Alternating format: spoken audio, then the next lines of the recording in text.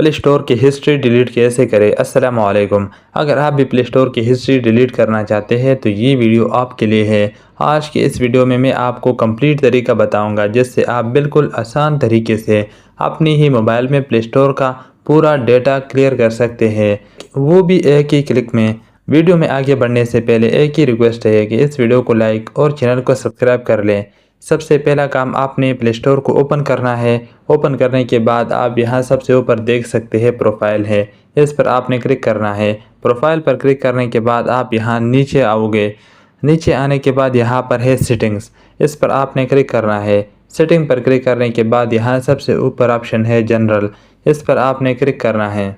इस पर क्लिक करने के बाद यहाँ पर एक ऑप्शन ओपन हो जाएगा अकाउंट एंड डिवाइस परफॉर्मेंस, इस पर आपने क्लिक करना है। यहाँ क्लिक करने के बाद आपने यहाँ सबसे नीचे आना है।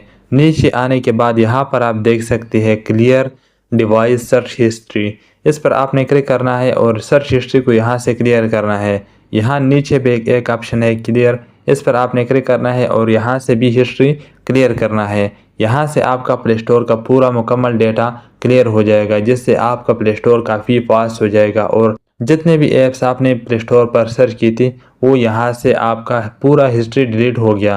अगर आपको ये वीडियो पसंद आई है तो प्लीज़ इस वीडियो को लाइक और चैनल को सब्सक्राइब कर लें और कमेंट में अपनी राय का इजहार ज़रूर कीजिएगा। शुक्रिया।